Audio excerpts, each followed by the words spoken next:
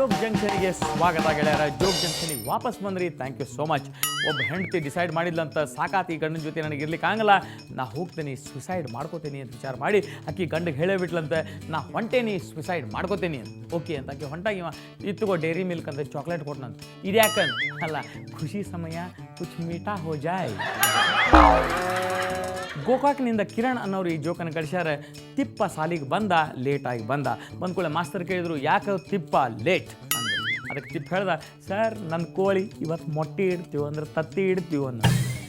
ಹೌದಾ, ಅಲ್ಲ ಲೇಟ್ ಯಾಕಾಯ್ತು? ಏನಿಲ್ಲ ಸರ್, ನನ್ನ ಕೋಳಿ ತತ್ತಿ ಇಡ್ತೀವಿ. ಖರೇಪ್ಪ ಲೇಟ್ ಯಾಕಾಯ್ತು?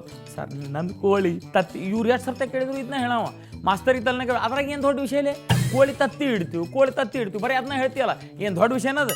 ಇವನ್ನ ಸರ್ ಹಂಗನ್ಬೇಡ್ರಿ, ನೀವು ತತ್ತಿ ಇಡ್ರಿ ನೋಡೋಣ. ಸಿಂದಗಿ ಊರಿಂದ BC ಮಾಲಿ ಪಾಟೀಲ್ ಅನ್ನೋರು ಈ ಜೋಕನ್ನು ಕಳಿಸ್ತಾರೆ. ಅವ್ರ ಊರ ಹತ್ರ ಒಂದು ಆಕ್ಸಿಡೆಂಟ್ ಆದ ಕೂಡಲೇ ಎಲ್ಲರೂ ಅಲ್ಲಿ ಓಡಿ ಹೋದ್ರು. ಒಬ್ಬ ಕಾಲು ಕೊಂಡ್ಕೊಂಡು ಜೋರು ಅಯ್ಯಪ್ಪ ನನ್ನ ಕಾಲು ಹೋತು ಅಂತ ಹಳ್ಳಿಕತ್ತಿದ್ದ. ಇವ ಅವನ ಹತ್ರ ಹೋದ, ಏನಾಯ್ತು? ಈ ಕಾಲು ಹೋಗ್ಯದ, ನಂದು ಕಾಲು ಹೋತು ಅಂತ ಅಳವ. ಅದಕ್ಕೆ ಎದಕ್ಕೆ ಅಷ್ಟು ಹೋದಿರ್ತಿ? ಅಲ್ಲಿ ತಲೆ ಹೋದವನ ಸುಮ್ಮಲ್ಗ್ಯಾನ, ಇವ ಕಾಲು ಹೋಗಿದ್ದ ಕಳ್ತಾನೆ.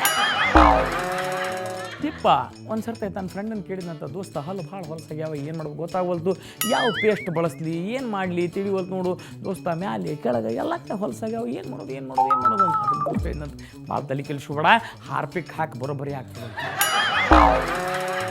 ಗೆಳೆಯರ, ಜೋಗ್ ಜಂಕ್ಷನಿಗೆ ಒಂದು ಸಣ್ಣ ಬ್ರೇಕ್.